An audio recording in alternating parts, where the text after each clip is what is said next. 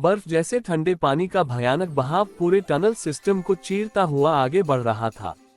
टूटती concrete walls, घूमते steel blades और गिरते डेब्री के बीच इंसान खिलौनों की तरह बह रहे थे। ऊपर इमरजेंसी लाइट्स एक एक करके बुझती जा रही थीं। हर तरफ सिर्फ पानी की गर्जना और मेटल टेयरिंग की आवाज गूंज रही थी। अंडरग्राउंड सेक्टर अब पूरी तरह कोलैप्स हो चुका था। सना ने आखिरी बार ब्लैक आर्काइव ड्राइव को पानी में घूमते हुए देखा। छोटी मेटालिक ड्राइव तेज बहाव के साथ अंधेरे टनल की तरफ जा रही थी। नहीं, उसके मुंह से निकला, लेकिन उसी पल दूसरी लहर ने उसे दीवार से दे मारा। उसकी सांस रुक गई। पानी के अंदर सब कुछ धुंधला हो गया। ऊपर नीचे का फर्क खत्म हो चुका था। ब्रोकन पाइप्स, स्पार्क्स और डेब्री उसके आसपास घूम रहे थे। फिर अचानक किसी ने उसका हाथ पकड़ लिया।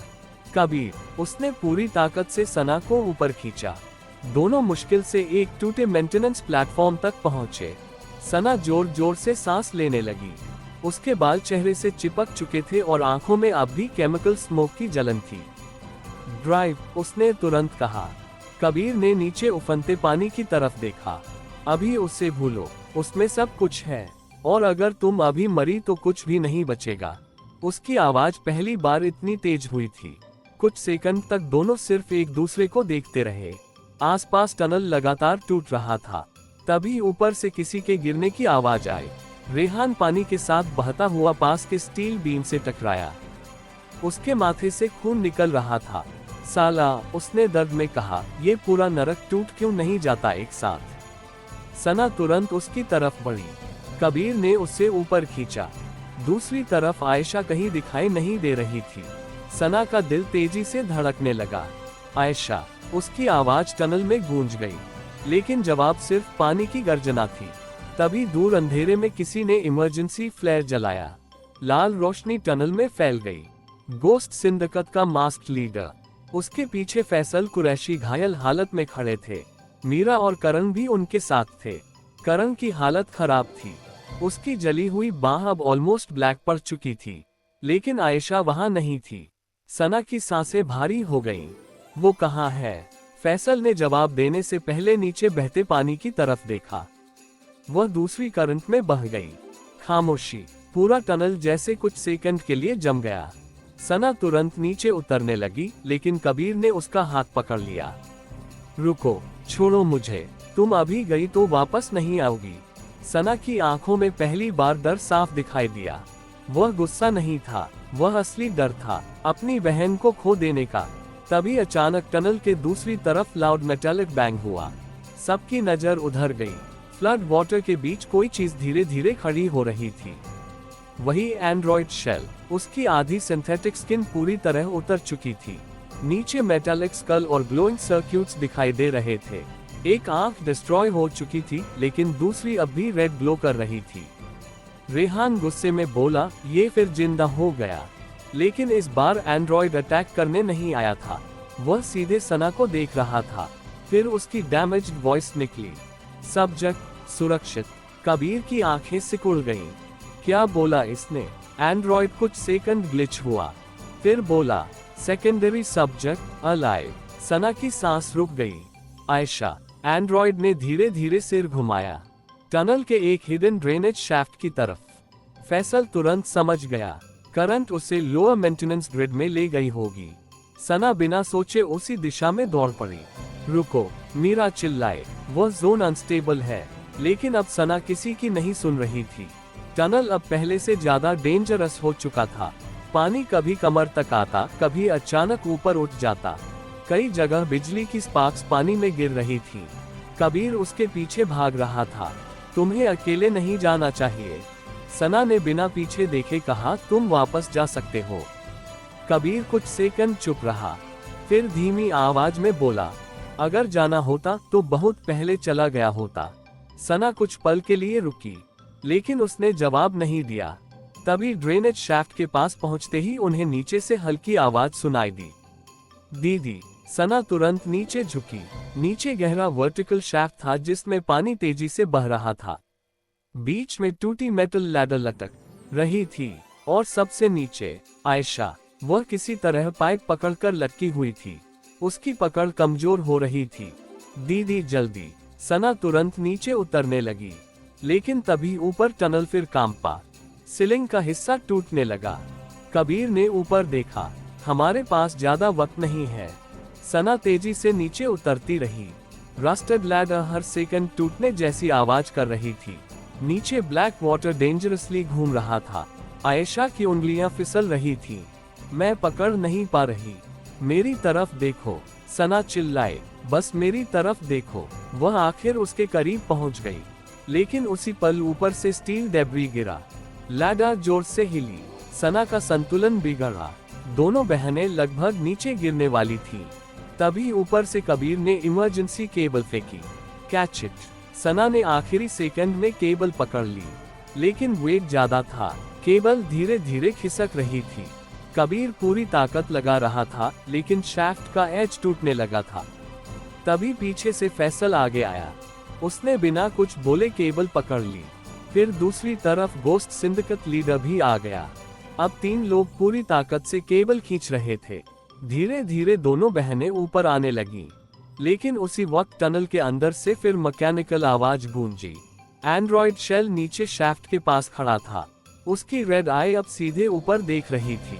फिर उसकी डैमेज्ड वॉइस दोबारा निकली। Phase 3 initiated. तभी उसकी चेस्ट कंपार्टमेंट खुली। कबीर की आंखें फैल गईं। बॉम्ब। लेकिन रिएक्ट करने का समय नहीं था। एंड्रॉयड ने खुद को शाफ्ट में गिरा दिया। अगले ही सेकंड नीचे भयानक एक्सप्लोजन हुआ। पूरा शाफ्ट आग और पानी के विस्फोट में बदल गया। शॉकवेव इतनी जोरदार थी कि सब लोग पीछे उछल गए। टनल की आधी सीलिंग कोलैप्स हो गई, और उसी केओस में केबल हाथ से छूट गई। सना और आयशा फिर नीचे अंधेरे में गिरने लगे, लेकिन इस बार नीचे सिर्फ पानी नहीं था। नीचे विशाल अंडरग्राउंड करंट खुल चुका था, जो सीधे शहर के पुराने सीवर नेटवर्क की तरफ जा रहा था। काले उफनते पानी का भयानक बहाव सना और आयशा को अंधेरे अंडरग्राउंड करंट में घसीटता चला गया। एक्सप्लोजन की शॉक वेव अब भी टनल के अंदर गूंज रही थी। ऊपर टूटती कंक्रीट स्लैब्स और गिरती स्टील पाइप्स पानी में गिर रही थीं। कुछ सेकंड के लिए दोनों बहनों को समझ ही नहीं आया कि वे जिंदा हैं या नहीं। करंट इतना तेज था कि सांस लेना तक मुश्किल हो गया था। सना ने इंस्टिंक्टिवली आयशा का हाथ कसकर पकड़ रखा था। उसकी उंगलियां सुन्न पड़ रही थीं, लेकिन उसने पकड़ नहीं छोड़ी। पानी उन्हें किसी संकरी सुरंग में खींचता जा रहा था। कई जगह रस्टेड आयरन बार्स चेहरे के बेहद करीब से निकल रही थीं। ऊपर फ्लिकरिंग मेंटेनेंस लाइट्स कुछ सेकंड के लिए जलती और फिर अंधेरा सब निगल लेता। आयशा घबराकर चिल्लाई, दीदी, लेकिन उसकी आवाज पानी में दब गई। तभी अचानक करंट और तेज हुआ। दोनों किसी स्टीप ड्रॉप की तरफ बहने लगे। सना ने ऊपर देखने की कोशिश की, लेकिन अंधेरे में सिर्फ गिरता पानी दिखाई दे रहा था। फिर अगले ही पल दोनों नीचे गिरे। भयानक झटका। कुछ सेकंड के लिए सब कुछ ब्लैक हो गया। जब सना को होश आया तो वह ठंडे पानी में आधी डूबी हुई थी। उसके कानों में अब भी एक्सप्लोजन की गूंज थी। उसने मुश्किल से आंखें खोली। ये जगह पहले वाले टनल्स जैसी नहीं थी। यह विशाल अंडरग्राउंड सीवर चेम्बर था। ऊपर पुरानी ब्रिक आर्चेस बनी थीं। जगह जगह मोटे पाइप गुजर रहे थे। गंदा पानी अलग अलग चैनल्स में बह रहा था। दूर कहीं मेंटेनेंस फैंस की आवाज गूंज रही थी। और सबसे डरावनी बात, यहाँ कोई इमरजेंसी लाइट्स नहीं थी, सिर्फ ऊपर कहीं से आती हल्की पीली रोशनी। सना तुरंत उठी। आयशा। कुछ सेकंड बाद उसे दूसरी तरफ हलचल दिखाई दी। आयशा पत्थरों के बीच फंसी हुई थी। उसके माथे से खून बह रहा था। सना तुरंत उसके पास पहुंची। सुन पा रही हो? आयशा ने धीरे धीरे आंखें खोली। हम जिंदा हैं। सना ने राहत की सांस ली। फिलहाल। लेकिन तभी ऊपर से जोरदार धमाका हुआ। पूरा सीवर चेम्बर कांप उठा। ट्रांजिट सेक्टर का आखिरी हिस्सा भी कोलैप्स हो चुका था। अब वे पूरी तरह अलग हो चुके थे। न कबीर, न मीरा, न फैसल, सिर्फ वे दोनों। आयशा धीरे से बोली, बाकी लोग? सना कुछ सेकंड चुप रही, फिर बोली, पता नहीं। खामोशी। पिछले कुछ दिनों में पहली बार सना को एहसास हुआ कि वह कितनी थक चुकी है। लगातार भागना, लड़ना, बट्रेयल, एक्सप्लोजन्स, डेथ्स। लेकिन आराम का समय नहीं था। तभी सीवर टनल के दूसरी तरफ हल्की फुटस्टेप्स गूंजी। दोनों तुरंत सतर्क हो गईं। सना ने आसपास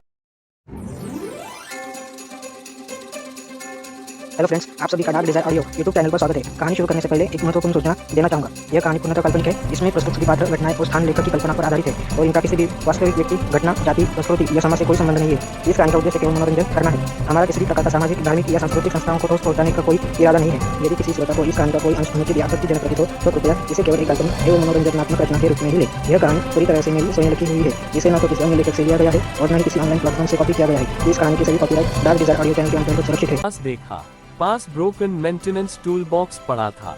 उसने तुरंत उससे रस्टेड रेंच उठा लिया। फुटस्टेप्स करीब आ रही थी, धीमी, घसीटती हुई। फिर अंधेरे से एक आदमी बाहर आया। लंबा कोट, भीगा हुआ शरीर, चेहरे पर खून। कबीर। आयशा ने राहत की सांस ली। आप जिंदा हो। कबीर हल्का मुस्कुराया। मरने का मूड नहीं था, लेकिन उसकी हालत खराब थी। उसके बाएं कंधे में गहरा मेटल शार्ड धंसा हुआ था। सना तुरंत उसके पास गई।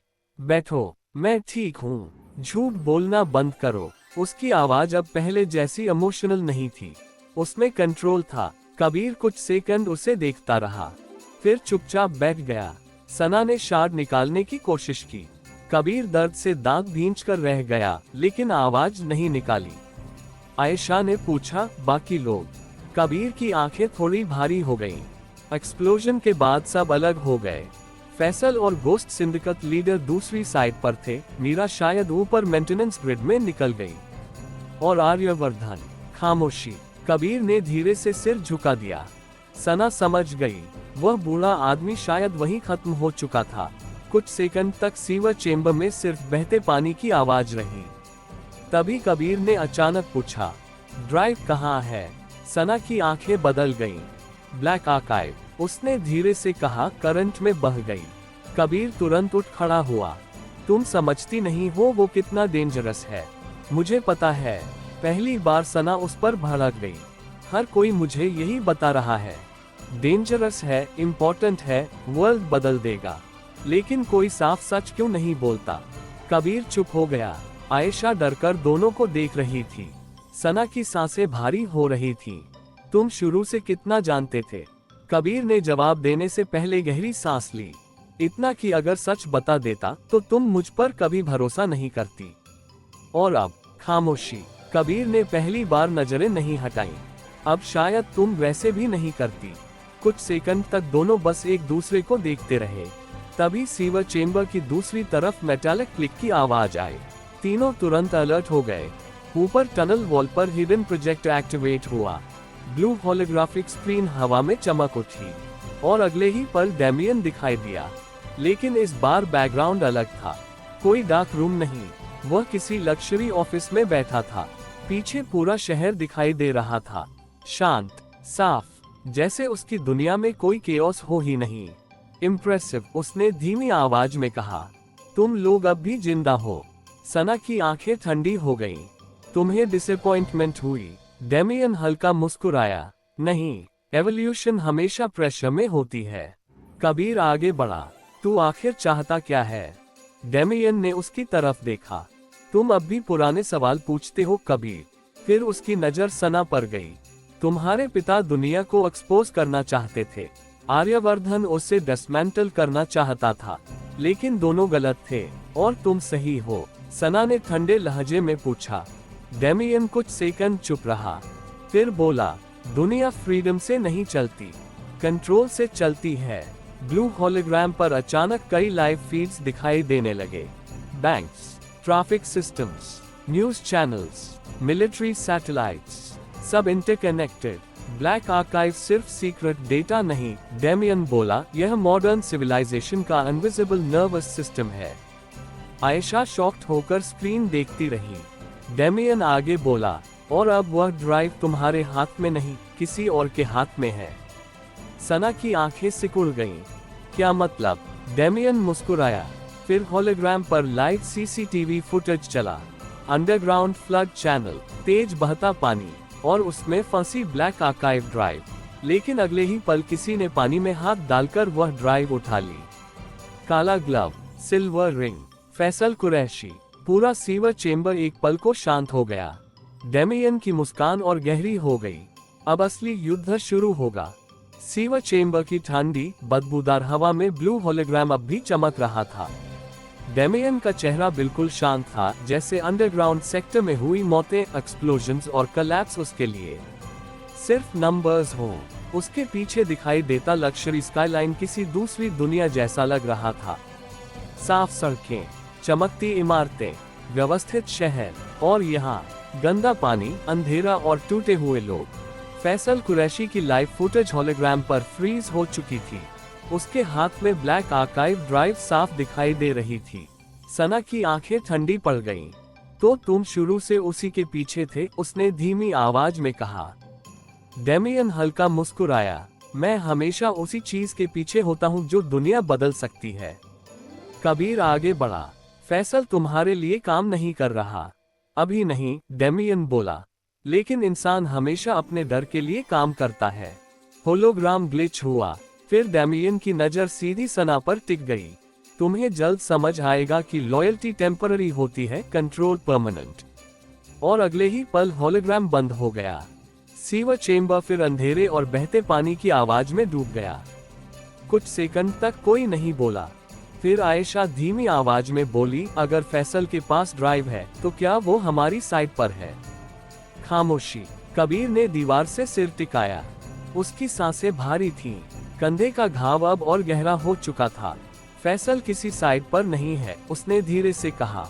वो सिर्फ अपना अधूरा मिशन पूरा करना चाहता है। सना की आंखें सिकुड़ गईं। और उसका मिशन क्या है? कबीर कुछ सेकंड चुप रहा। फिर बोला, हाशिम खान को बचाना। आयशा कंफ्यूज्ड हो गई। लेकिन अब्बू तो मरे नहीं थे। कबीर ने उसकी बात पूरी की, या कम से कम पूरी कहानी कभी साफ नहीं थी। सना तुरंत उसकी तरफ मुड़ी। साफ साफ बोलो। कबीर ने पहली बार हेजिटेशन दिखाए। फिर उसने धीमी आवाज में कहा, जिस रात ब्लैक आर्काइव लीक होने वाला था, उस रात 3 बॉडीज मिली थीं। ऑफिशियल रिपोर्ट्स में उनमें से एक हाशिम खान की थी, और अनऑफिशियली। कबीर की आंखें अब सीधे सना पर थीं। बॉडी कभी पब्लिकली वेरीफाई नहीं हुई। पूरा सीवर चेंबर जैसे एक पल के लिए फ्रीज हो गया। आयशा की सांस रुक गई।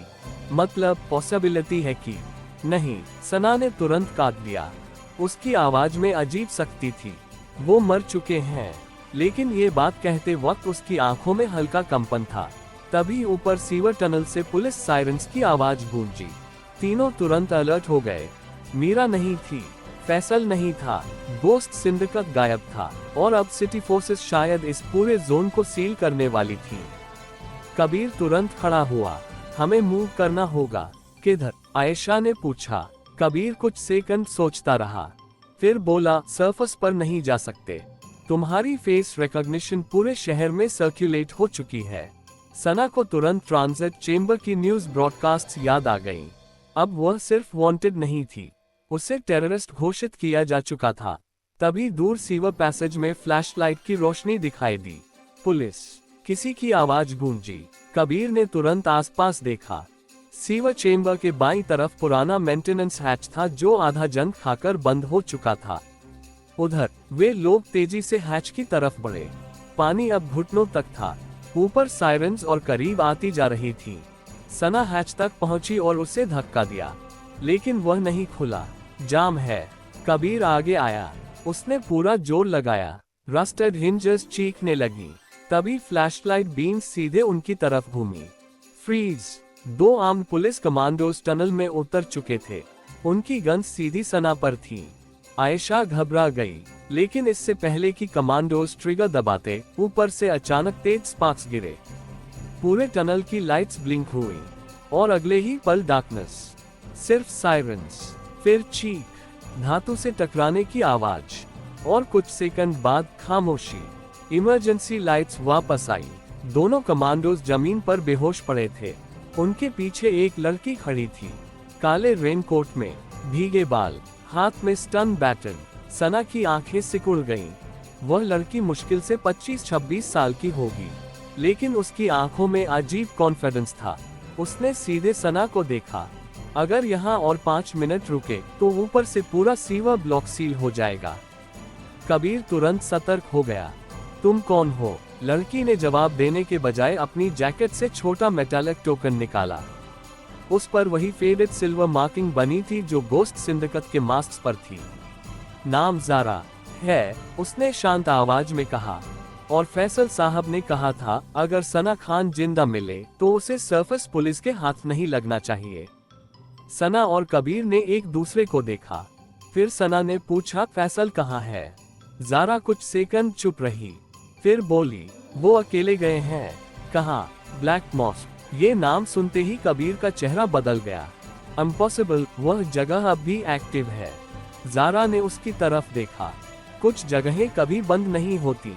तभी ऊपर से भारी मेटालिक आवाज आई, जैसे जायंट गेट्स बंद हो रहे हों। ज़ारा तुरंत बोली, वे लोग सीवर एग्जिट सील कर रहे हैं, हमें अभी निकलना होगा। वह आगे बढ़ी और हैच पर हिडन लैच दबाया। जंग लगा दरवाजा खुल गया।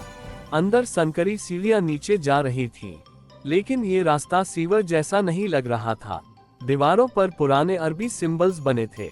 कई जगह मोमबत्तियों के जले निशान थे, जैसे ये रास्ता बहुत पुराने समय से इस्तेमाल हो रहा हो। आयशा डरकर बोली, ये जगह क्या है? ज़ारा ने नीचे उतरते हुए जवाब दिया, मुंबई के नीचे दूसरी दुनिया है जहां मैप्स खत्म हो जाते हैं। वे लोग उसके पीछे उतरने लगे। ऊपर सायरन्स की आवाज धीरे धीरे दूर हो रही थी, लेकिन नीचे जाते जाते हवा और ठंडी होती जा रही थी। तभी कबीर ने अचानक पीछे मुड़कर देखा। सीवर चेंबर अब लगभग अंधेरे में डूब चुका था, लेकिन आखिरी फ्लिकरिंग लाइट में उसे कुछ दिखाई दिया। एक आदमी दूर खड़ा, स्थिर, चेहरा साफ नहीं दिख रहा था, लेकिन उसकी पोस्चर बहुत फेमिलियर थी। कबीर की सांसें धीमी हो गईं। फिर वह आदमी धीरे धीरे अंधेरे में गायब हो गया। सना ने पूछा, क्या हुआ? कबीर कुछ सेकंड चुप रहा, फिर बोला, शायद हमने अभी किसी ऐसे इंसान को देखा है जो मर चुका होना चाहिए था। पुरानी पत्थर की सीढ़ियां लगातार नीचे जाती जा रही थीं। ऊपर सीवर चेंबर की आवाजें अब लगभग गायब हो चुकी थीं। यहाँ नीचे सिर्फ टपकते पानी, दूर गूंजती हवा और उनके कदमों की आवाज सुनाई दे रही थी।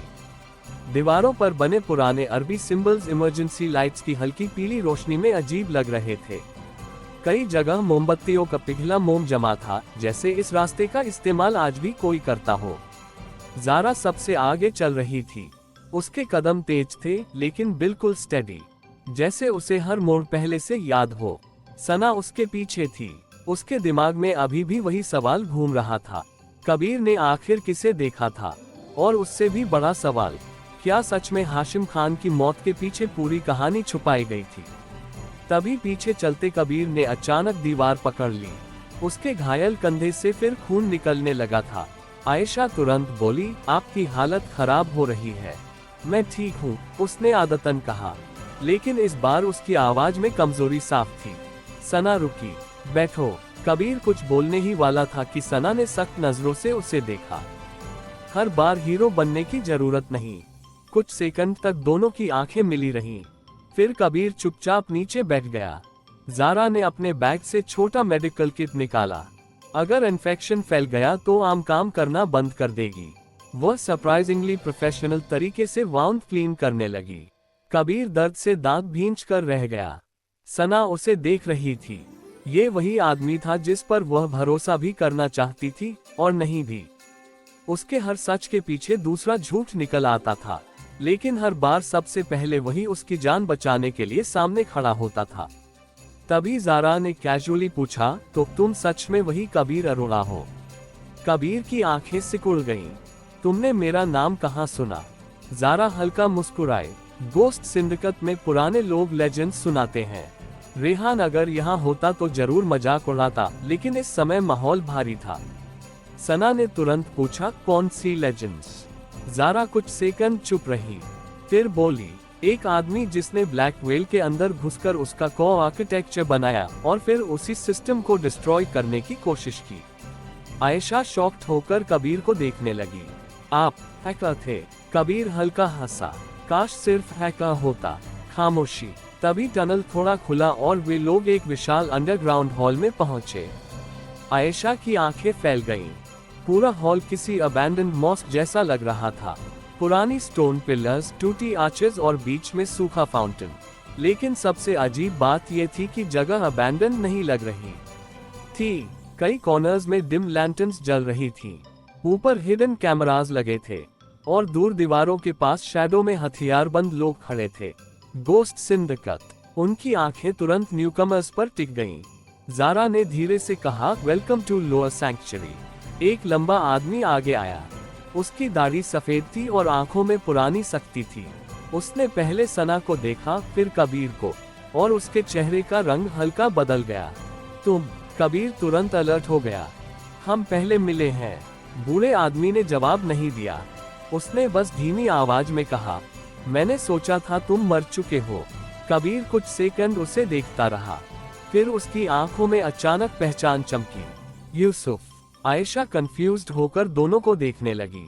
ज़ारा ने धीरे से कहा, यूसुफ खान, गोस्ट सिंडिकेट के फाउंडिंग मेंबर्स में से एक। अब माहौल फिर बदल चुका था। यूसुफ धीरे धीरे कबीर के करीब आया। 10 साल, उसने भारी आवाज में कहा, और तुम वापस उसी युद्ध में लौट आए। कबीर की आंखें ठंडी हो गईं। युद्ध कभी खत्म नहीं हुआ था। सना ये सब सुन रही थी। अब साफ था कबीर इस दुनिया से कहीं ज्यादा गहराई से जुड़ा हुआ था जितना उसने कभी बताया। तभी हॉल के दूसरी तरफ हेवी डोर्स खुले। सबकी नजर उधर गई। फैसल कुरैशी अंदर आया। उसके कपड़े भीगे हुए थे, चेहरे पर चोटों के निशान थे, लेकिन उसकी चाल अब भी स्टेडी थी, और उसके हाथ में ब्लैक आर्काइव ड्राइव। पूरा हॉल शांत हो गया। सना तुरंत आगे बढ़ी। वो मुझे दो। फैसल ने उसकी तरफ देखा। कुछ सेकंड तक कोई नहीं बोला। फिर उसने पूछा, अगर दे दूं तो तुम करोगी क्या? सना रुक गई। ये सवाल सिंपल था, लेकिन जवाब नहीं। डिस्ट्रॉय, एक्सपोज, कंट्रोल, उसे खुद नहीं पता था। फैसल धीरे धीरे आगे आया। यही तुम्हारे पिता की सबसे बड़ी प्रॉब्लम थी। उन्हें लगता था सच दिखाने से दुनिया बदल जाएगी। उसने ड्राइव को देखा, लेकिन सच इंसानों को आजाद नहीं करता, उन्हें तोड़ देता है। तभी अचानक ऊपर हॉल की लाइट्स फ्लिकर हुई। यूसुफ की आंखें तुरंत ऊपर गईं। Signal breach. Ghost syndicate fighters alert हो गए। एक आदमी भागता हुआ अंदर आया। सरफेस चेक पॉइंट्स एक्टिवेट हो चुके हैं। पूरा साउथ मुंबई लॉकडाउन में जा रहा है। मीरा वहां नहीं थी, लेकिन उसकी कही बात अब सच हो रही थी। सिटी वाइड हंट शुरू हो चुकी थी। तभी ऊपर लगे पुराने मॉनिटर्स अपने आप चालू हो गए। Live news feeds, Mumbai burning, police raids, media hysteria, और हर स्क्रीन पर एक ही चेहरा, सना खान। एंकर चिल्ला रही थी, government sources claim that international cyber terror network linked to Sana Khan में ट्रिगर फाइनेंशियल कोलैप्स। आयशा डरकर पीछे हट गई। उन्होंने पूरा देश हमारे खिलाफ कर दिया। लेकिन इससे पहले कोई कुछ कहता, एक दूसरी स्क्रीन अचानक ग्लिच हुई। फिर उस पर लाइव पार्लियामेंट फुटेज दिखाई देने लगी। लोकसभा के अंदर केओस था। पॉलिटिशियंस चिल्ला रहे थे, सिक्योरिटी ऑफिसर्स भाग रहे थे, और फिर स्क्रीन पर एक ब्रेकिंग अलर्ट चमका, नेशनल इमरजेंसी सेशन इनिशिएटेड। पूरा हॉल कुछ सेकंड के लिए फ्रीज हो गया। कबीर की आवाज धीमी पड़ गई, इतनी जल्दी नहीं होना चाहिए था। फैसल ने उसकी तरफ देखा। डेमियन टाइमलाइन पुश कर रहा है। तभी एक और अलर्ट स्क्रीन पर चमका, international markets under cyber attack, banks freezing, stock exchanges halted, global panic rising. Sana की सांसें भारी हो गईं। ब्लैक आर्काइव एक्टिवेट हो चुका था, लेकिन सबसे डरावनी बात अभी बाकी थी। अचानक सभी स्क्रीन्स ब्लैक हो गईं। फिर एक सिंगल सिंबल दिखाई दिया, white crescent inside black circle. Yusuf का चेहरा बदल गया। नहीं। फैसल तुरंत मुड़ा। क्या हुआ? यूसुफ की आवाज पहली बार कांपी। Black mosque. पूरा हॉल साइलेंट हो गया। सना ने पूछा, क्या मतलब? लेकिन जवाब स्क्रीन्स ने दिया। लाइव सैटेलाइट फीड खुली। मुंबई के बीचों बीच खड़ी एक पुरानी मस्जिद दिखाई दी। बाहर मिलिट्री व्हीकल्स, हेलीकॉप्टर्स, क्राउड्स, और फिर कैमरा जूम हुआ। मस्जिद के सबसे ऊपर एक आदमी खड़ा था, काला कोट, हवा में उड़ते बाल, डेमियन। लेकिन उसके पास खड़ा दूसरा आदमी देखकर इस बार कबीर तक फ्रीज हो गया।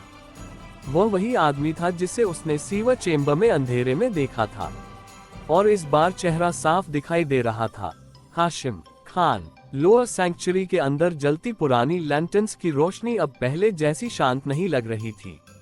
पूरे अंडरग्राउंड हॉल में अजीब बेचैनी फैल चुकी थी। हर स्क्रीन पर ब्लैक मॉस्क की लाइव फुटेज चल रही थी। बाहर मिलिट्री बैरिकेड्स, मीडिया वैन्स और आर्म्ड कॉन्वॉयज जमा थे। पूरा शहर उस जगह को देख रहा था और उस भीड़ के बीच सबसे ऊपर खड़ा आदमी पूरी दुनिया की नजरों का केंद्र बन चुका था। हाशिम खान, या कम से कम वह आदमी जिसे पूरी दुनिया हाशिम खान समझ रही थी। लेकिन इस बार फर्क था। उसकी आंखें, वे नकली एंड्रॉयड शेल जैसी खाली नहीं थी। उन आंखों में पहचान थी, सांस थी, जिंदगी थी। सना बिल्कुल स्थिर खड़ी स्क्रीन को देख रही थी। उसके अंदर जैसे सब कुछ रुक गया था। पिछले कई दिनों से वह अपने पिता की मौत को सच मानकर लड़ रही थी। लेकिन अब, अगर वह सच में जिंदा थे, तो उन्होंने खुद को छुपाया क्यों? उसे अकेला क्यों छोड़ दिया? आयशा की आंखों से आंसू बहने लगे। दीदी, वो अब्बू है ना? सना जवाब नहीं दे पाए, क्योंकि पहली बार उसे खुद यकीन नहीं रहा। तभी स्क्रीन पर कैमरा जूम हुआ। ब्लैक मॉस्क की सबसे ऊंची बालकनी पर खड़ा हाशिम खान धीरे धीरे नीचे जमा भीड़ को देख रहा था। उसके बगल में डेमियन खड़ा था। लेकिन सबसे अजीब बात यह थी कि दोनों दुश्मन नहीं लग रहे थे। वे साथ खड़े थे।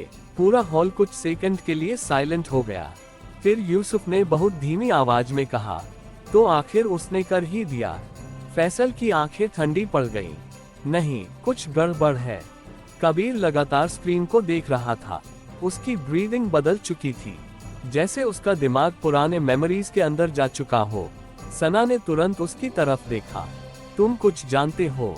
कबीर कुछ सेकंड चुप रहा, फिर बोला, ब्लैक मॉस्क सिर्फ बिल्डिंग नहीं है। सबकी नजर उसकी तरफ गई। कोल्ड वॉर के समय वहां अंडरग्राउंड डिप्लोमेटिक नेटवर्क ऑपरेट करता था। Secret negotiations, hidden treaties, intelligence exchanges, दुनिया के कई बड़े फैसले ऑफिशियली नहीं वहीं लिए जाते थे।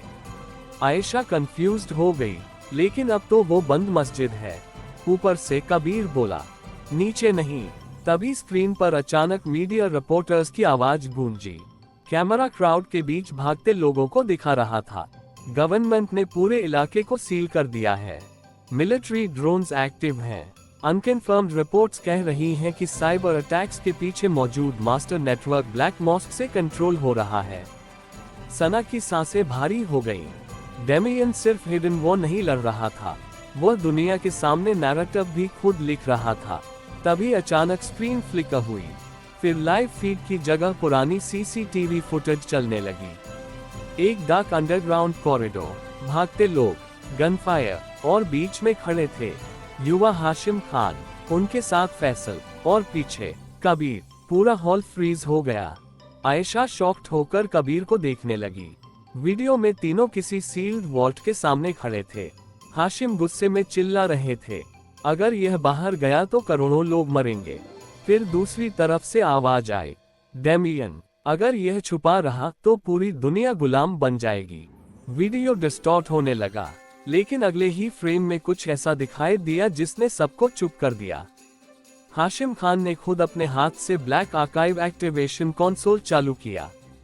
खामोशी। सना की आंखें फैल गईं। नहीं, लेकिन फुटेज यहीं खत्म नहीं हुई।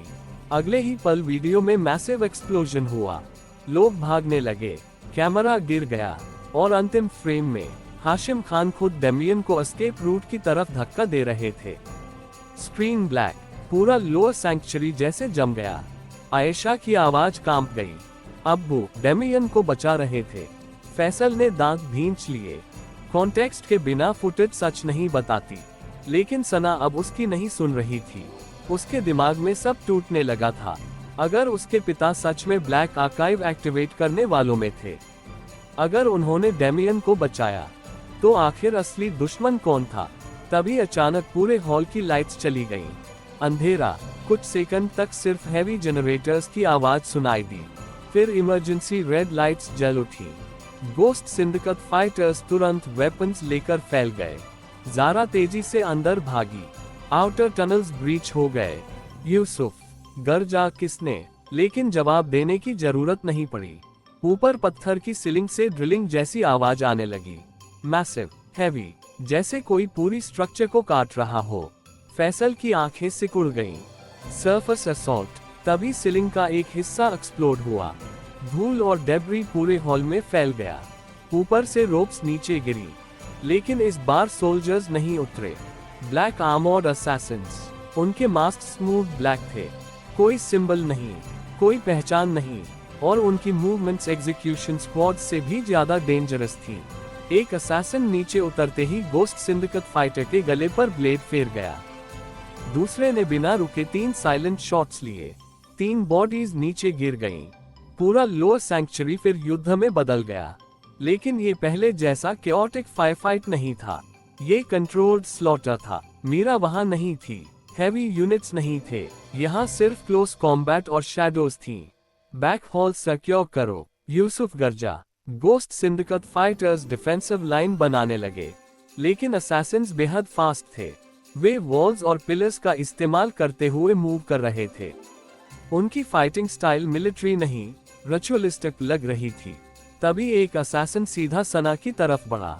उसके हाथ में कर्व्ड ब्लैक ब्लेड था। सना तुरंत साइड हुई, ब्लेड उसके बेहद करीब से निकला। असैसिन ने दूसरी स्ट्राइक ली, लेकिन इस बार सना पीछे नहीं हटी। उसने पिलर पकड़कर खुद को ऊपर उठाया और दोनों पैरों से उसके चेस्ट पर किक मारी। असैसिन पीछे लड़खड़ाया, तभी उसने नाइफ निकालकर फिर अटैक किया, लेकिन अगले ही पल कबीर बीच में आ गया। दोनों की भिड़ंत इतनी तेज थी कि स्पार्क्स निकलने लगे। असैसिन की मूवमेंट्स इंसानी लिमिट्स जैसी नहीं लग रही थी। हर स्ट्राइक कैलकुलेटेड थी। कबीर मुश्किल से उसे रोक पा रहा था। तभी असैसिन ने अचानक धीमी आवाज में कहा, एसेट कंफर्म्ड। कबीर की आंखें बदल गईं। वह आवाज पहचानी हुई थी, लेकिन सोचने का वक्त नहीं था। असैसिन ने हिडन रिस्ट ब्लेड निकाला और सीधा उसके घायल कंधे पर वार किया। कबीर दर्द से पीछे हट गया। सना ने तुरंत नियरबाई लैंटर्न उठाकर असैसिन के चेहरे पर दे मारी। आग भड़क उठी। असैसिन पीछे हट गया, लेकिन उसके मास्क का आधा हिस्सा जल चुका था, और नीचे जो चेहरा दिखाई दिया उसे देखकर कबीर फ्रीज हो गया। वह आदमी उसके पुराने ब्लैक वेल यूनिट का मेंबर था, वही जिसे उसने अपनी आंखों के सामने मरते देखा था। तभी पूरा हॉल अचानक स्पीकर्स की आवाज से भर गया। Damien, welcome to phase 3। उसकी आवाज इस बार पहले से ज्यादा ठंडी थी। अब खेल सर्वाइवल का नहीं, लॉयल्टी का होगा। और अगले ही पल हॉल की सभी एग्जिट स्टील डोर्स से बंद हो गईं। स्टील डोर्स के बंद होने की भारी आवाज पूरे लोअर सैंक्चुरी में गूंज उठी। पुरानी स्टोन वॉल्स तक कांप गईं। रेड इमरजेंसी लाइट्स अब लगातार ब्लिंक कर रही थी और हॉल के अंदर फैला धुआं हर चीज को खून जैसे रंग में बदल रहा था। Ghost syndicate fighters defensive positions लेने की कोशिश कर रहे थे, लेकिन ब्लैक आर्मर्ड असैसिन्स उनकी फॉर्मेशन तोड़ चुके थे। हर डायरेक्शन से ब्लेड्स टकराने, सप्रेस्ड गनशॉट्स और चीखों की आवाजें आ रही थीं। लेकिन उस पूरे केओस के बीच कबीर बिल्कुल स्थिर खड़ा था। उसकी नजर उस आधे जले चेहरे पर टिकी थी, वही चेहरा जिसे उसने सालों पहले मरते देखा था। राघव। उसके मुंह से बेहद धीमी आवाज निकली। असैसिन कुछ सेकंड चुप रहा। उसके मास्क का आधा हिस्सा आग में मेल्ट हो चुका था। नीचे दिखाई देता चेहरा जख्मों और मेटल इम्प्लांट से भरा था, लेकिन आंखें वही थीं, cold, focused, dead. Asset recognition confirmed, उसने मैकेनिकल टोन में कहा। सना ने तुरंत महसूस किया ये नॉर्मल आदमी नहीं बचा। उसके अंदर कुछ बदल दिया गया था। तभी राघव अचानक फिर अटैक में आया। उसकी स्पीड पहले से ज्यादा तेज थी। कर्व्ड ब्लेड सीधा कबीर की गर्दन की तरफ गया। कबीर मुश्किल से पीछे हटा। ब्लेड उसके जो को हल्का छूता हुआ निकल गया। खून की पतली लाइन उभर आई, लेकिन इस बार कबीर डिफेंसिव नहीं रहा। उसने नियरबाई आयरन रॉड उठाए और पूरी ताकत से राघव पर हमला किया। दोनों की भिड़ंत हॉल के बीचों बीच शुरू हो गई। गोस्ट सिंडिकेट फाइटर्स तक कुछ सेकंड उन्हें देखने लगे, क्योंकि यह फाइट अलग थी। ये सर्वाइवल नहीं, हिस्ट्री थी।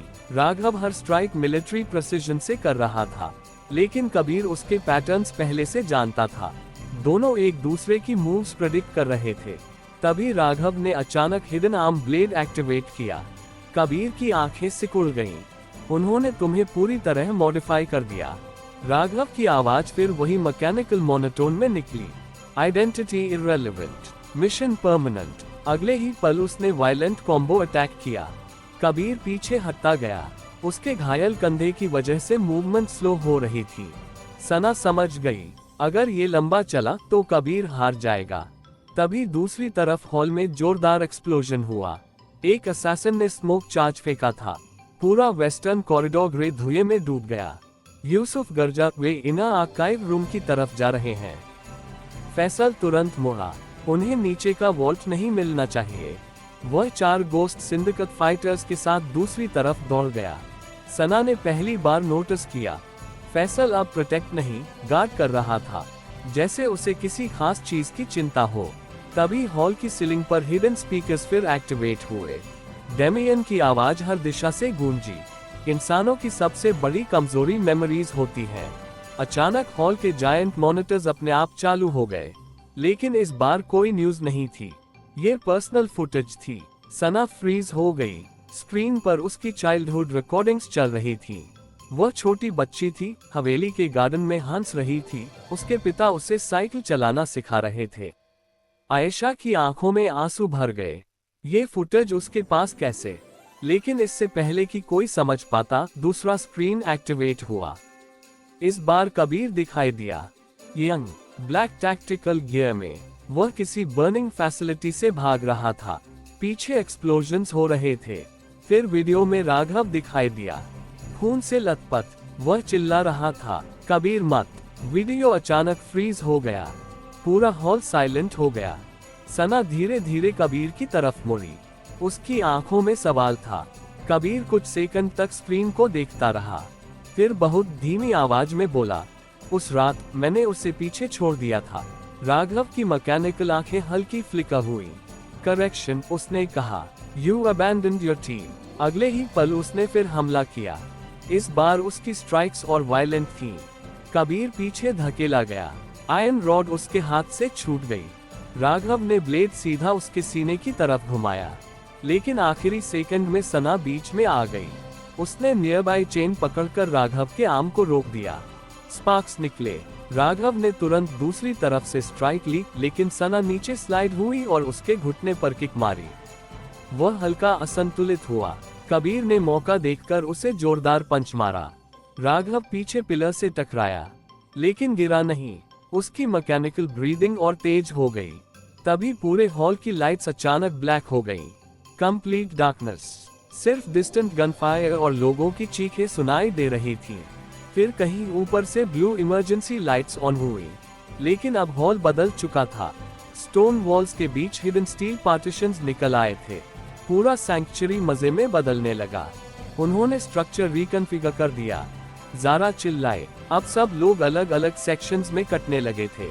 एक स्टील पार्टीशन सना और आयशा के बीच ऑलमोस्ट बंद हो गया।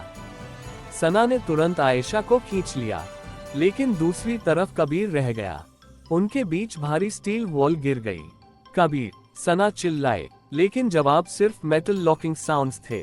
तभी स्पीकर से डेमियन की आवाज फिर आई, अब देखते हैं बिना ट्रस्ट के कौन सर्वाइव करता है। मजे स्ट्रक्चर लगातार बदल रहा था। फ्लोर्स शिफ्ट हो रहे थे, कॉरिडोर्स रोटेट हो रहे थे, गोस्ट सिंडिकेट फाइटर्स तक रास्ते खोने लगे। तभी सना के सेक्शन की वॉल पर हिडन स्क्रीन एक्टिवेट हुई। स्क्रीन पर लाइव फीड दिखाई दी।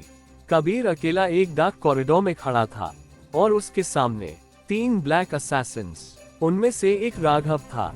दूसरा आदमी देखकर कबीर का चेहरा बदल गया। वह मीरा का छोटा भाई आर्यन था, जिसे ऑफिशियल रिकॉर्ड्स में डेड बताया गया था। तीसरा असैसिन धीरे धीरे आगे आया। उसने मास्क उतारा।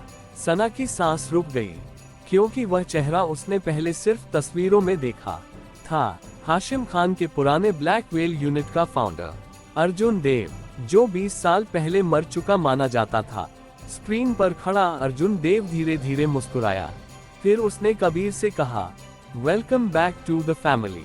ब्लू इमरजेंसी लाइट्स लगातार ब्लिंक कर रही थी।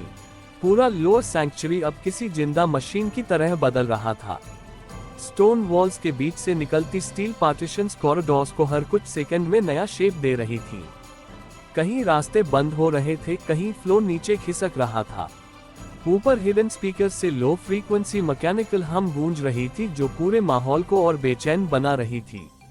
सना स्क्रीन के सामने स्थिर खड़ी थी। उसकी आंखें उसी आदमी पर जमी थी जिसने अभी अभी अपना नाम नहीं, अपना अतीत जिंदा कर दिया था। अर्जुन देव, ब्लैक व्हेल यूनिट का फाउंडर, एक ऐसा नाम जो इंटेलिजेंस फाइल्स में लेजेंड माना जाता था, और अब वह जिंदा उसके सामने खड़ा था। स्क्रीन पर अर्जुन देव की मुस्कान बेहद शांत थी। उसके बाल सफेद हो चुके थे, लेकिन पोस्चर अब भी सोल्जर जैसा सीधा था। उसकी आंखों में अजीब कॉन्फिडेंस था, जैसे उसे पहले से पता हो कि यह पलाएगा। कबीर कुछ सेकंड तक कुछ नहीं बोला, फिर उसकी आवाज भारी हो गई। तुम मर चुके थे। अर्जुन हल्का हंसा। दुनिया में सबसे आसान चीज क्या है जानते हो? किसी इंसान को ऑफिशियली डेड घोषित कर देना। राघव और आर्यन उसके दोनों तरफ खड़े थे। उनकी red visors dim blue lights में चमक रही थीं। तभी स्पीकर्स पर डेमियन की आवाज गूंजी। पुराने घोस्ट्स हमेशा लौटते हैं जब सिस्टम अनस्टेबल होने लगे। सना ने तुरंत आसपास देखा। मजे लगातार बदल रहा था। अगर वह जल्दी नहीं निकली तो कबीर तक पहुंचना इम्पॉसिबल हो जाएगा। ज़ारा ने तेजी से वॉल पैनल चेक किया। स्ट्रक्चर एआई कंट्रोल्ड है, मैन्युअली ओपन नहीं होगा। आयशा घबराई हुई थी। तो अब क्या करेंगे? सना ने स्क्रीन से नजर नहीं हटाई। रास्ता तोड़ेंगे। उसकी आवाज अब पहले जैसी नहीं थी। उसमें हेजिटेशन नहीं बचा था। तभी स्क्रीन पर अर्जुन धीरे धीरे कबीर की तरफ बढ़ा। तुम्हें लगता है तुमने ब्लैक व्हेल छोड़ा था, उसने शांत आवाज में कहा। लेकिन ब्लैक व्हेल कभी किसी को छोड़ता नहीं। कबीर की आंखें ठंडी हो गईं। तुमने उस रात हमें मरने के लिए छोड़ा था। अर्जुन कुछ सेकंड चुप रहा, फिर बोला, मैंने मिशन बचाया था। राघव की मैकेनिकल आवाज तुरंत गूंजी, mission above human loss. Kabir के अंदर पुराना गुस्सा उभरने लगा, लेकिन वह कंट्रोल में रहा। उसने आसपास कॉरिडोर स्कैन किया। नैरो पैसेज, ऊपर मोशन सेंसर्स, साइड वॉल्स में hidden gun slots, trap zone. तभी अर्जुन ने धीरे से पूछा, तुम अब भी उसे प्रोटेक्ट कर रहे हो? कबीर समझ गया किसकी बात हो रही है। सना। उसने कोई जवाब नहीं दिया, लेकिन अर्जुन मुस्कुराया। इंटरेस्टिंग, इमोशंस ने आखिर तुम्हें भी कमजोर बना दिया। अगले ही पल राघव ने हमला किया। इस बार कोई वार्निंग नहीं। वह लाइटनिंग स्पीड से आगे बढ़ा। रिस्ट ब्लेड सीधा कबीर की गर्दन की तरफ गया। कबीर नीचे झुका और वॉल से पुश लेकर काउंटर स्ट्राइक की। दोनों कॉरिडोर की स्टील वॉल से टकराते हुए आगे बढ़े। आर्यन भी फाइट में शामिल हो गया। अब कबीर दो मॉडिफाइड असैसिन्स के बीच फंस चुका था। दूसरी तरफ सना मजे के अंदर दौड़ रही थी। ज़ारा और आयशा उसके पीछे थी। हर कुछ सेकंड में कॉरिडोर्स बदल रहे थे। कहीं अचानक फ्लो खुल जाता, कहीं स्टील स्पाइक्स बाहर आ जाती। ये सिर्फ मजे नहीं था, ये साइकोलॉजिकल सॉर्टिंग सिस्टम था। तभी एक वॉल स्क्रीन एक्टिवेट हुई। इस बार लाइव न्यूज नहीं थी, ये बायोमेट्रिक एनालिसिस था। सना की तस्वीर, उसके नीचे scrolling text, subject evolution rate accelerating. Ayesha डरकर बोली, ये लोग हमें एक्सपेरिमेंट की तरह देख रहे हैं। लेकिन सना अब रुक नहीं रही थी। उसका दिमाग तेजी से काम कर रहा था। मजे एआई इमोशनल प्रेशर के हिसाब से पाथ्स बदल रहा था। मतलब, अगर वह प्रेडिक्टेबल रही तो ट्रैप में फंस जाएगी। तभी सामने कॉरिडोर दो हिस्सों में बंट गया। लेफ्ट साइड से डिस्टेंट गनफायर की आवाज आ रही थी। राइट साइड पूरी तरह साइलेंट था। ज़ारा तुरंत बोली, लेफ्ट में फाइट चल रही है। शायद कबीर उधर। नहीं, सना ने बीच में काट दिया। दोनों उसकी तरफ देखने लगे। सना की आंखें ठंडी थीं। डेमियन चाहता है कि हम ऑब्वियस रास्ता चुने। वह बिना रुके राइट कॉरिडोर की तरफ बढ़ गई। ज़ारा कुछ सेकंड उसे देखती रही, फिर हल्का मुस्कुराई। अब समझ आया फैसल उसे क्यों इम्पोर्टेंट मानता है। दूसरी तरफ कॉरिडोर फाइट और वायलेंट हो चुकी थी। कबीर मुश्किल से राघव और आर्यन के अटैक्स रोक पा रहा था। दोनों असैसिन्स सिंक्रोनाइज्ड मूवमेंट्स कर रहे थे। एक अटैक करता, दूसरा ब्लाइंड एंगल से स्ट्राइक लेता। कबीर के घायल कंधे की वजह से उसकी स्पीड कम हो रही थी। तभी राघव ने अचानक उसका हाथ पकड़कर उसे वॉल से दे मारा। शॉक इतना जोरदार था कि स्टील पैनल डेंट हो गया। आर्यन ने तुरंत गन निकाली, लेकिन ट्रिगर दबाने से पहले अर्जुन ने हाथ उठा दिया। रुको। दोनों असैसिन्स पीछे हट गए। कबीर भारी सांस लेते हुए खड़ा हुआ। अर्जुन धीरे धीरे उसके करीब आया। तुम जानते हो डेमियन क्यों जीत रहा है? कबीर चुप रहा, क्योंकि तुम लोग अब भी फ्रीडम में बिलीव करते हो, अर्जुन बोला। लेकिन दुनिया कंट्रोल चाहती है, लोग डिसीजंस नहीं, डायरेक्शन चाहते हैं। कबीर की आंखें सिकुड़ गईं। और इसलिए तुमने लाखों लोगों को सर्वेलेंस नेटवर्क में धकेल दिया। अर्जुन ने पहली बार हल्की थकान दिखाई।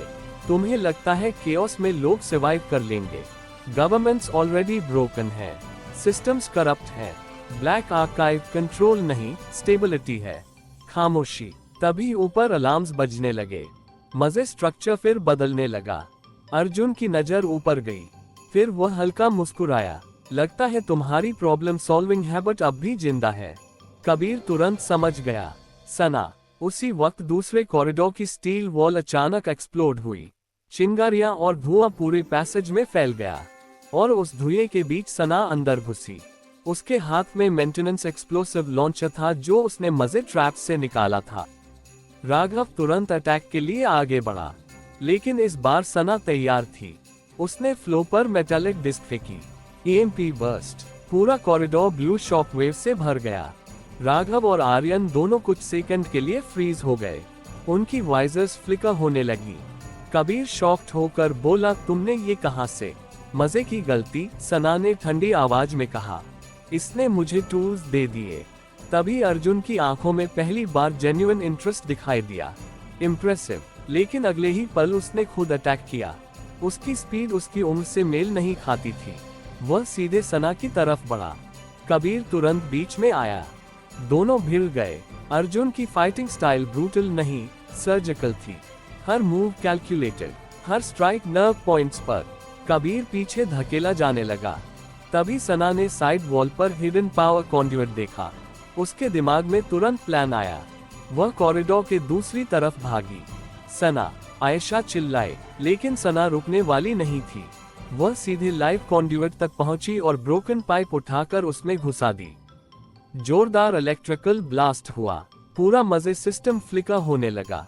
स्टील वॉल्स रुक गईं, लाइट्स अनस्टेबल हो गईं, और उसी पल पूरे लोअर सैंक्चुरी में एक नई आवाज गूंजी। फैसल कुरैशी, सब लोग नीचे झुको। अगले ही सेकंड सैंक्चुरी की जमीन जोर से कांपी। फिर फ्लो के बीचों बीच मैसिव ट्रैक खुलने लगा। नीचे एक हिडन अंडरग्राउंड चेम्बर दिखाई देने लगा, और उसके अंदर जो था उसे देखकर अर्जुन देव तक पहली बार चुप हो गया। ब्लैक आर्काइव का असली कॉ। पूरा लोअर सैंक्चुरी कुछ सेकंड के लिए बिल्कुल शांत हो गया। टूटती steel walls, flickering blue lights और अलार्म्स की आवाजें अब भी मौजूद थीं, लेकिन उस पल किसी का ध्यान उन पर नहीं था। सभी की नजर नीचे खुलते उस विशाल अंडरग्राउंड चेम्बर पर टिक गई थी। ब्लैक आर्काइव का असली कॉ। सना धीरे धीरे आगे बढ़ी। उसके सामने जमीन के नीचे फैला वह स्ट्रक्चर किसी नॉर्मल सर्वर वॉल्ट जैसा नहीं था। नीचे गोलाकार चेम्बर था जिसकी दीवारों पर हजारों ग्लोइंग डेटा लाइंस घूम रही थीं। बीच में सस्पेंडेड ब्लैक क्रिस्टल जैसा सेंट्रल नोड हवा में तैर रहा था। उसके चारों तरफ रोटेटिंग मेटालिक रिंग्स लगातार मूव कर रहे थे। पूरा चेम्बर किसी फ्यूचरिस्टिक मंदिर जैसा लग रहा था, और सबसे डरावनी बात, वह जिंदा लग रहा था। हर कुछ सेकंड में उसकी सरफेस पल्स कर रही थी, जैसे किसी इंसान की हार्ट बीट हो। आयशा की आवाज कांप गई। ये कंप्यूटर है। कबीर की आंखें उसको पर जमी थीं। नहीं, उसने बहुत धीमी आवाज में कहा, ये सिस्टम है। अर्जुन देव अब भी नीचे देख रहा था। पहली बार उसके चेहरे पर अनसर्टेनिटी दिखाई दी। तो आर्यवर्धन ने इसे यहाँ छुपाया, उसने खुद से कहा।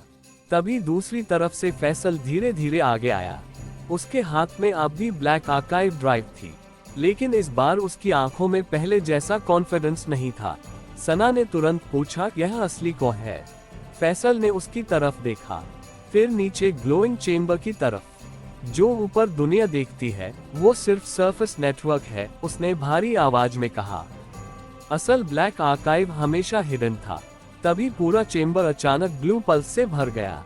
की रिंग्स तेज स्पीड से घूमने लगी, और अगले ही पल सैंक्चुरी की दीवारों पर हिडन होलोग्राफिक प्रोजेक्शंस एक्टिवेट हो गए। पूरी दुनिया की live feeds, stock markets collapsing, military satellites rerouting, banking systems freezing, news channels hijack. हर स्क्रीन पर केओस फैल रहा था, लेकिन सबसे डरावनी चीज अभी बाकी थी। सेंट्रल होलोग्राम पर वर्ल्ड मैप दिखाई दिया और अलग अलग देशों पर रेड मार्कर्स ब्लिंक करने लगे।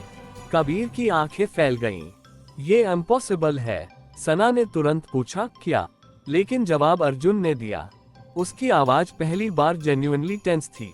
डेड हैंड प्रोटोकॉल, खामोशी। गोस्ट सिंडिकेट फाइटर्स तक अब नीचे चेम्बर को घूर रहे थे। आयशा कंफ्यूज्ड हो गई। वो क्या होता है? कबीर ने धीरे धीरे जवाब दिया। कोल्ड वॉर में अगर गवर्नमेंट्स खत्म हो जाए तब ऑटोमेटेड रिटेलिएशन सिस्टम एक्टिवेट करने का कॉन्सेप्ट था। सना की सांसें धीमी हो गईं। मतलब? अर्जुन ने स्क्रीन की तरफ इशारा किया। अगर ब्लैक आर्काइव अनस्टेबल हुआ तो ग्लोबल इंफ्रास्ट्रक्चर कोलैप्स चेन शुरू हो जाएगी। पूरा सैंक्चुरी जैसे एक पल को फ्रीज हो गया। अब सब समझ आने लगा था। डेमियन इसे सिर्फ कंट्रोल नहीं करना चाहता था, वह दुनिया को हॉस्टेज बनाए बैठा था। तभी स्पीकर्स फिर एक्टिवेट हुए। डेमियन की आवाज इस बार बेहद शांत थी। अब शायद तुम लोग फाइनली समझ रहे हो कि यह पावर नहीं, इनएविटेबिलिटी है। ऊपर लाइव फीड में वह अब भी ब्लैक मॉस्क की बालकनी पर खड़ा था। उसके पीछे हेलीकॉप्टर्स और मिलिट्री ड्रोन्स घूम रहे थे, लेकिन इस बार उसके आसपास सिर्फ गार्ड्स नहीं थे, वर्ल्ड लीडर्स, कुछ रिकॉग्नाइजेबल फेसेस, इंटरनेशनल डिप्लोमैट्स, सब उसके पीछे खड़े थे। सना की आंखें सिकुड़ गईं। उन्होंने सरेंडर कर दिया। नहीं, अर्जुन बोला, उन्होंने डील की है। तभी होलोग्राम पर फाइनेंशियल डेटा तेजी से बदलने लगा। कुछ देशों की इकोनॉमीज रेड में जा रही थी। बैंकिंग शटडाउन अलर्ट्स आने लगे। आयशा घबरा गई। अगर ये सब सच में कोलैप्स हो गया तो? फैसल ने उसकी बात पूरी की। तो लाखों लोग मरेंगे बिना एक भी गोली चले। खामोशी। तभी अचानक को की रिंग्स रुक गईं। पूरा चेम्बर डार्क हो गया। सिर्फ सेंटर नोड चमक रहा था। फिर एक नई आवाज गूंजी, लेकिन इस बार वह डेमियन की नहीं थी। हाशिम खान। सना का दिल जोर से धड़का। यह कोई लाइव फीड नहीं थी, रिकॉर्डेड मैसेज। अगर तुम ये देख रहे हो तो इसका मतलब ब्लैक आर्काइव सरफेस पर आ चुका है। पूरा सैंक्चुरी साइलेंट हो गया। सना स्क्रीन की तरफ बढ़ी। हाशिम खान पहले से ज्यादा थके हुए लग रहे थे। उनकी आंखों में डर नहीं, पछतावा था। मैंने इसे बनाया नहीं था, लेकिन मैंने इसे रोका भी नहीं। कबीर की आंखें धीरे धीरे बंद हो गईं। फैसल ने सिर झुका लिया।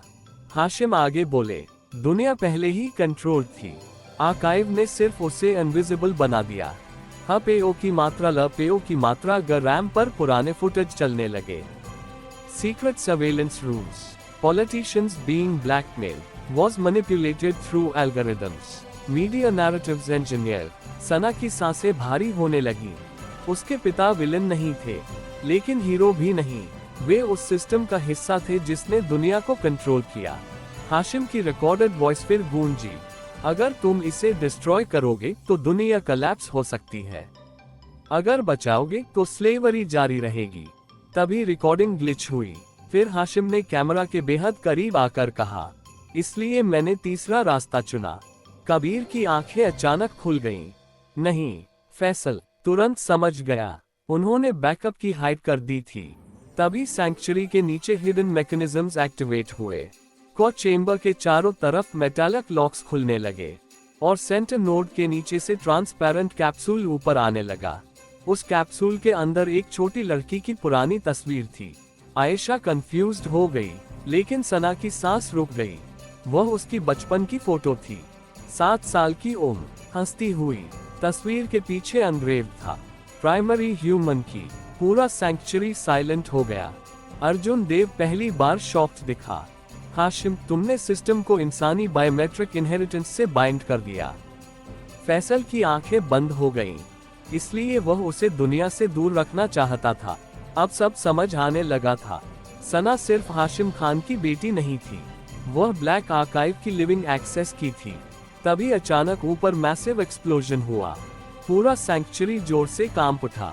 स्टोन डेब्री नीचे गिरने लगे। ज़ारा चिल्लाई, सरफेस फोर्सेस अंदर घुस चुकी हैं। लेकिन इससे पहले कोई रिएक्ट करता, सेंट्रल कोर अचानक रेड पल्स करने लगा। अलार्म पूरे चेंबर में गूंज उठा। Unauthorised access detected. तभी होलोग्राम पर नया फीड खुला। Black mask. डेमियन अब मुस्कुरा नहीं रहा था। उसकी आंखें सीधी सना पर थीं। मैं उम्मीद कर रहा था कि तुम आखिरकार सच तक पहुंच जाओगी। फिर उसने धीरे धीरे हाथ उठाया। उसके पीछे खड़े सोल्जर्स एक आदमी को घसीटते हुए सामने लाए। उस आदमी का चेहरा देखकर सना की सांस रुक गई। मीरा, लेकिन वह अकेली नहीं थी। उसके साथ चेन चेयर पर बैठा था यूसुफ खान, और दोनों के सिर पर गन्स तनी हुई थीं। लोअर सैंक्चुरी की पत्थर की दीवारें लगातार कांप रही थीं। ऊपर कहीं मैसिव एक्सप्लोजन्स हो रहे थे और उनकी गूंज नीचे हिडन चेंबर तक महसूस हो रही थी। रेड इमरजेंसी लाइट्स पूरे अंडरग्राउंड हॉल को खून जैसे रंग में रंग रही थी। ब्लैक आर्काइव का को अब भी सेंटर में पल्स कर रहा था, लेकिन उसकी नीली चमक अब अनस्टेबल हो चुकी थी। होलोग्राफिक वर्ल्ड मैप पर अलग अलग देशों के रेड मार्कर्स लगातार ब्लिंक कर रहे थे। हर कुछ सेकंड में कोई नया फाइनेंशियल सिस्टम क्रैश हो रहा था, कोई सैटेलाइट ऑफलाइन जा रहा था, कोई मिलिट्री ग्रिड अनस्टेबल हो रही थी। और उस पूरे केओस के बीच डैमियन का चेहरा बिल्कुल शांत था। ब्लैक मॉस्क की बालकनी पर खड़ा वह आदमी ऐसे दिख रहा था जैसे पूरी दुनिया का कोलैप्स पहले से लिखा हुआ स्क्रिप्ट हो। सना की नजर स्क्रीन पर जमी थी। मीरा चेन चेयर में बंधी हुई थी। उसके चेहरे पर चोटों के निशान थे, लेकिन आंखों में अब भी वही जिद थी। दूसरी तरफ यूसुफ खान घायल हालत में बैठे थे। उनके सिर पर तनी गन्स बिल्कुल स्थिर थी। डेमियन ने धीमी आवाज में कहा, हर सिस्टम बैलेंस पर चलता है और बैलेंस सैक्रिफाइस मांगता है। आयशा की सांसें भारी हो गईं। वो उन्हें मार देगा। नहीं, अर्जुन देव बोला, वह डील करेगा। फैसल की आंखें ठंडी पड़ गईं। डेमियन कभी सिंपल एग्जीक्यूशन नहीं करता, उसे साइकोलॉजिकल लीवरेज चाहिए। तभी स्क्रीन स्प्लिट हुई। एक तरफ ब्लैक मॉस्क, दूसरी तरफ लाइव फुटेज मुंबई की सड़कों पर फैलता पैनिक। बैंक्स बंद, रायट्स शुरू, police firing, news channel streaming. पूरा शहर धीरे धीरे टूट रहा था, और यह सिर्फ शुरुआत थी। तभी डेमियन ने सीधे सना की तरफ देखते हुए कहा, तुम्हारे पिता ने तुम्हें की बनाया, लेकिन उन्होंने तुम्हें चॉइस भी दी। अब देखते हैं तुम उनके जैसी गलती करती हो या मुझ जैसी प्रैक्टिकलिटी चुनती हो। सना चुप रही, लेकिन उसके अंदर सब बदल रहा था। वह अब सिर्फ भागती हुई लड़की नहीं रही थी। पिछले कुछ दिनों में उसने बट्रेल, मैनिपुलेशन, वॉर, हिडन सिस्टम्स सब देख लिया था। अब उसके सामने पहली बार असली सवाल था, सही क्या है? तभी डेमियन ने हाथ उठाया। एक सोल्जर मीरा के सिर के पीछे गन और कसकर लगा देता है। आर्काइव स्टेबलाइज करो, डेमियन बोला, या फिर दुनिया को एक सिंबल कम हो जाएगा। मीरा हंसी। उसकी हालत खराब थी, लेकिन आवाज अब भी स्टेडी थी। तू हमेशा यही भूलता है, डेमियन, उसने खून थूकते हुए कहा। डर हर इंसान पर काम नहीं करता। डेमियन मुस्कुराया भी नहीं। उसने सिर्फ काउंटडाउन शुरू कर दिया। 30 सेकेंड्स। पूरा सैंक्चुरी साइलेंट हो गया। आयशा तुरंत सना की तरफ मुड़ी। कुछ करो, लेकिन कैसे? अगर वह ब्लैक आर्काइव एक्टिवेट करती है तो कंट्रोल सिस्टम बच जाएगा। अगर नहीं करती तो ग्लोबल कोलैप्स बढ़ेगा और मीरा यूसुफ मर सकते हैं। कबीर लगातार को देख रहा था। उसकी आंखों में कैलकुलेशन चल रही थी। तभी उसने धीरे से कहा, शायद तीसरा रास्ता अब भी है। फैसल तुरंत उसकी तरफ मुड़ा। इम्पॉसिबल। हाशिम ने बैकअप की यूं ही नहीं छोड़ी थी, कबीर बोला। अगर उसने सना को लिविंग की बनाया तो मतलब वह मैन्युअल ओवरराइड चाहता था। अर्जुन की आंखें सिकुड़ गईं। मैन्युअल ओवरराइड सिस्टम को डिस्ट्रॉय कर देगा या फ्री, कबीर बोला। खामोशी। तभी काउंटडाउन 20 पर पहुंच गया। सना ने पहली बार पूछा, अगर मैंने ओवरराइड किया तो क्या होगा? किसी के पास क्लियर जवाब नहीं था। फैसल ने सच बोला, कोई नहीं जानता। पूरा सैंक्चुरी कुछ सेकंड के लिए बिल्कुल शांत हो गया। तभी ऊपर ब्लास्ट हुआ। सीलिंग से डेब्री गिरने लगा। Ghost syndicate fighters defensive positions लेने लगे। सरफेस असॉल्ट नीचे तक पहुंच चुका था, लेकिन डेमियन की आवाज फिर गूंजी। 15 सेकेंड्स। सना धीरे धीरे ब्लैक आर्काइव की तरफ बढ़ी। उसकी आंखों में अब डर नहीं था, बस भारी कंफ्यूजन। उसे अपने पिता की रिकॉर्डिंग याद आ रही थी। अगर डिस्ट्रॉय करोगे, दुनिया कोलैप्स हो सकती है। अगर बचाओगे, स्लेवरी जारी रहेगी। उसने सेंटर कैप्सूल में लगी अपनी चाइल्डहुड फोटो को देखा। उसे अचानक बचपन की एक बात याद आई। हाशिम खान हमेशा कहते थे, पावर सबसे डेंजरस तब होती है जब सिर्फ कुछ लोगों के हाथ में हो। तभी सना की आंखें बदल गईं। उसने अचानक को के आसपास बने मेटालिक रिंग्स को गौर से देखा। उनमें बायोमेट्रिक स्लॉट्स थे, लेकिन एक स्लॉट खाली था। कबीर ने भी देख लिया, सेंट्रल ह्यूमन इंटरफेस। अर्जुन तुरंत समझ गया, नहीं, अगर उसने डायरेक्ट सिंक किया तो। लेकिन देर हो चुकी थी। सना आगे बढ़ चुकी थी। उसने अपना हाथ सेंट्रल स्लॉट पर रख दिया। पूरा सैंक्चुरी ब्लू लाइट से भर गया। शॉकवेव पूरे चेंबर में फैल गई। आयशा चीख पड़ी। कबीर तुरंत आगे बढ़ा, लेकिन इनविजिबल एनर्जी फील्ड ने उसे पीछे धकेल दिया। को अब तेजी से पल्स कर रहा था। सना की आंखें धीरे धीरे सफेद चमकने लगीं, और अगले ही पल पूरा ब्लैक आर्काइव उसके दिमाग में खुल गया। Data, millions of files, governments, Wars, surveillance feeds, assassinations, economic manipulations. इतनी इंफॉर्मेशन की इंसानी दिमाग टूट जाए। सना दर्द से चीख उठी, लेकिन उसके साथ कुछ और भी हो रहा था। वह सिर्फ डेटा नहीं देख रही थी, वह पैटर्न्स देख रही थी। कैसे रायट्स शुरू किए गए, कैसे लीडर्स कंट्रोल्ड हुए, कैसे मीडिया नैरेटिव्स डिजाइन हुए, कैसे ऑर्डिनरी लोग अननोइंगली पपट्स बनते गए। और सबसे डरावनी चीज, हर मेजर ग्लोबल इवेंट के पीछे एक इनविजिबल डिसीजन चेन थी। Black archive. तभी उसके सामने डिजिटल डार्कनेस में एक फेमिलियर सिलुएट दिखाई दी, हाशिम खान। लेकिन ये रिकॉर्डिंग नहीं थी, इंटरैक्टिव कॉन्स्ट्रक्ट। उन्होंने धीरे धीरे कहा, अगर तुम यहाँ तक पहुँच गई हो तो मतलब दुनिया पहले ही टूटने लगी है। सना की सांसें भारी थीं। आपने ये सब होने क्यों दिया? हाशिम की आंखों में दर्द था, क्योंकि जब मुझे सच पता चला तब तक मैं भी उस सिस्टम का हिस्सा बन चुका था। तभी रियल वर्ल्ड में अलार्म्स और तेज हो गए। को ओवरलोड होने लगा। अर्जुन गर्जा, कनेक्शन तोड़ो, उसका ब्रेन बर्न हो जाएगा। लेकिन कबीर समझ गया, कुछ और हो रहा था। सना सिर्फ एक्सेस नहीं कर रही थी, सिस्टम उसे रिकॉग्नाइज कर रहा था। तभी ब्लैक मॉस्क की लाइव फीड अचानक ग्लिच हुई। डेमियन पहली बार अनईजी दिखा। उसने तुरंत कहा, कनेक्शन टर्मिनेट करो। लेकिन उसी पल उसके पीछे खड़े कई सोल्जर्स फ्रीज हो गए। उनकी earpieces dead, weapons offline, military drones hover mode में अटक गए। कबीर की आंखें फैल गईं। वह सिस्टम रीराइट कर रही है। पूरा सैंक्चुरी ब्लू व्हाइट लाइट में डूब गया, और डिजिटल कॉन्स्ट्रक्ट में खड़े हाशिम खान ने आखिरी बार सना की तरफ देखा। फिर बहुत धीमी आवाज में कहा, अब फैसला तुम्हारा है बेटी। नीली और सफेद रोशनी का तूफान पूरे लोअर सैंक्चुरी में फैल चुका था। ब्लैक आर्काइव का को अब किसी मशीन की तरह नहीं, किसी जिंदा चीज की तरह बिहेव कर रहा था। उसकी मेटालिक रिंग्स इतनी तेज घूम रही थी कि हवा में वाइब्रेशन महसूस हो रही थी।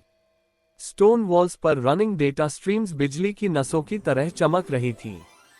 पूरा अंडरग्राउंड चेम्बर ऐसा लग रहा था जैसे दुनिया का हिडन नर्वस सिस्टम अचानक जाग गया हो। सना अब भी सेंट्रल इंटरफेस से जुड़ी हुई थी। उसकी आंखें पूरी तरह सफेद चमक रही थीं। उसके आसपास इनविजिबल एनर्जी पल्सेस फैल रही थी, जिनकी वजह से कोई उसके करीब नहीं जा पा रहा था। लेकिन असली तूफान उसके दिमाग के अंदर चल रहा था। Infinite data, infinite voices, infinite lies. उसे लग रहा था जैसे पूरी दुनिया की यादें एक साथ उसके सिर में ठूस दी गई हो। गवर्नमेंट्स के सीक्रेट डील्स, वॉर्स के hidden triggers, assassinations, manipulated elections, engineered riots, economic collapses, हर चीज इंटरकनेक्टेड थी।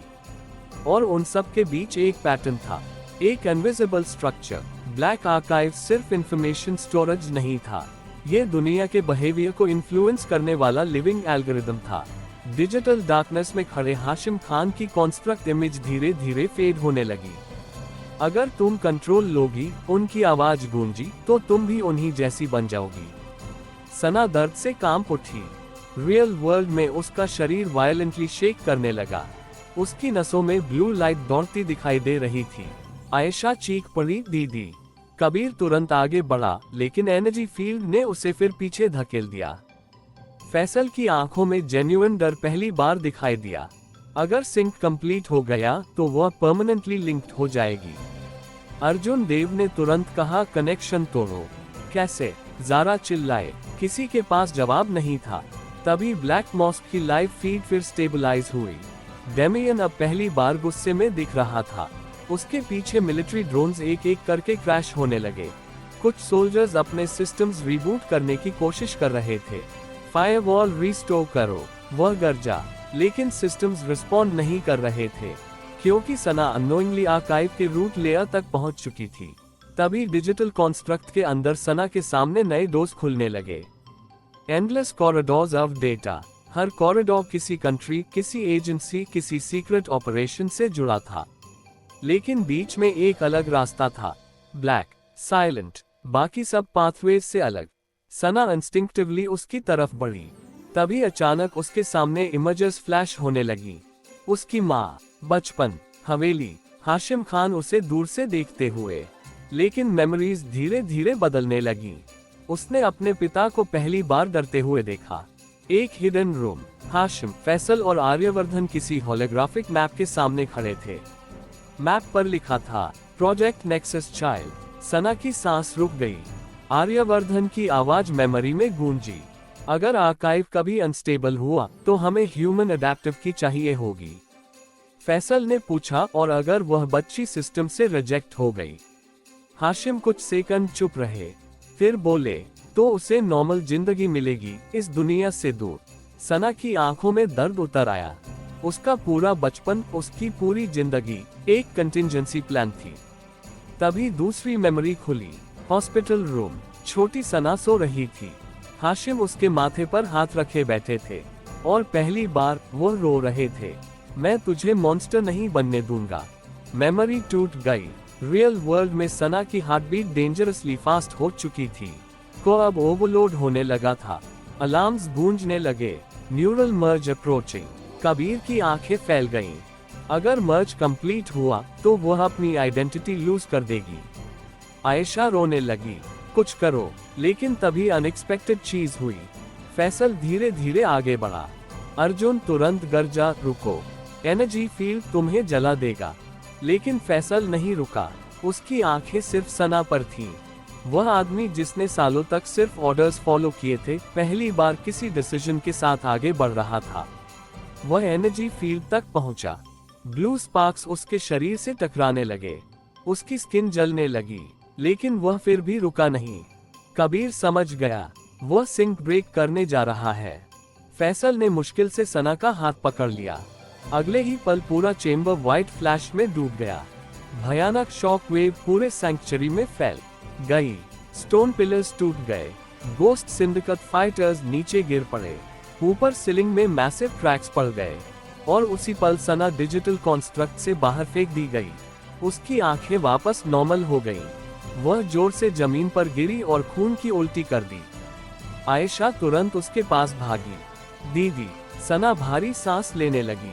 उसका पूरा शरीर कांप रहा था, लेकिन वह जिंदा थी। एनर्जी फील्ड गायब हो चुका था। ब्लैक आर्काइव का को अब अनस्टेबल फ्लिकर कर रहा था। फैसल दूसरी तरफ घुटनों के बल गिरा था। उसकी दोनों हथेलियां बुरी तरह जल चुकी थीं, लेकिन उसके चेहरे पर पहली बार हल्की शांति थी। सना मुश्किल से बोली, तुमने मुझे क्यों बचाया? फैसल कुछ सेकंड चुप रहा, फिर धीमी आवाज में बोला, क्योंकि हाशिम सही था, तुम्हें इस सिस्टम का हिस्सा नहीं बनना चाहिए। खामोशी। तभी ऊपर से मैसिव एक्सप्लोजन हुआ। पूरा सैंक्चुरी हिल गया। ज़ारा चिल्लाई, सरफेस ब्रीच। स्टील डोर्स टूटने लगे। आर्म्ड असॉल्ट यूनिट्स अंदर घुस रहे थे, लेकिन इस बार वे ब्लैक असैसिन्स नहीं थे। यह मिक्स्ड फोर्सेस थी। Military, private contractors, unknown masked operatives, सब ब्लैक आर्काइव को की तरफ बढ़ रहे थे। अब हर फैक्शन एक ही चीज चाहता था, कंट्रोल। तभी ब्लैक मॉस्क की लाइव फीड फिर खुली। डेमियन अब पूरी तरह फ्यूरियस था। उसने सीधे कैमरा की तरफ देखा। तुमने मौका खो दिया, सना। लेकिन इससे पहले कि वह आगे बोलता, उसके पीछे अचानक गनफायर शुरू हो गई। पूरा बालकनी एरिया केओस में बदल गया। वर्ल्ड लीडर्स पैनिक में भागने लगे। मिलिट्री गार्ड्स एक दूसरे पर फायरिंग करने लगे। डेमियन तुरंत पीछे मुड़ा, और अगले ही पल कैमरा एंगल हिल गया। लेकिन उस ब्रीफ मोमेंट में सबने देखा, ब्लैक मॉस्क के अंदर कोई नया फैक्शन घुस चुका था, और उनकी यूनिफॉर्म्स पर बना सिंबल देखकर अर्जुन देव तक फ्रीज हो गया। White crescent inside red triangle. Yusuf की आवाज टूट गई। Red crescent. फैसल की आंखें बंद हो गईं। तो आखिर वे लौट आए। सना ने मुश्किल से पूछा, ये कौन है? लेकिन जवाब देने से पहले सैंक्चुरी की जमीन फिर जोर से कांपी। ब्लैक आर्काइव को अचानक डार्क हो गया। सिर्फ सेंटर नोड पर एक लाइन चमकी, न्यू एडमिन एक्सेस डिटेक्टेड। तो दोस्तों, यह था आज का एपिसोड। आशा करता हूँ कि आपको हमारी कहानी पसंद आई होगी।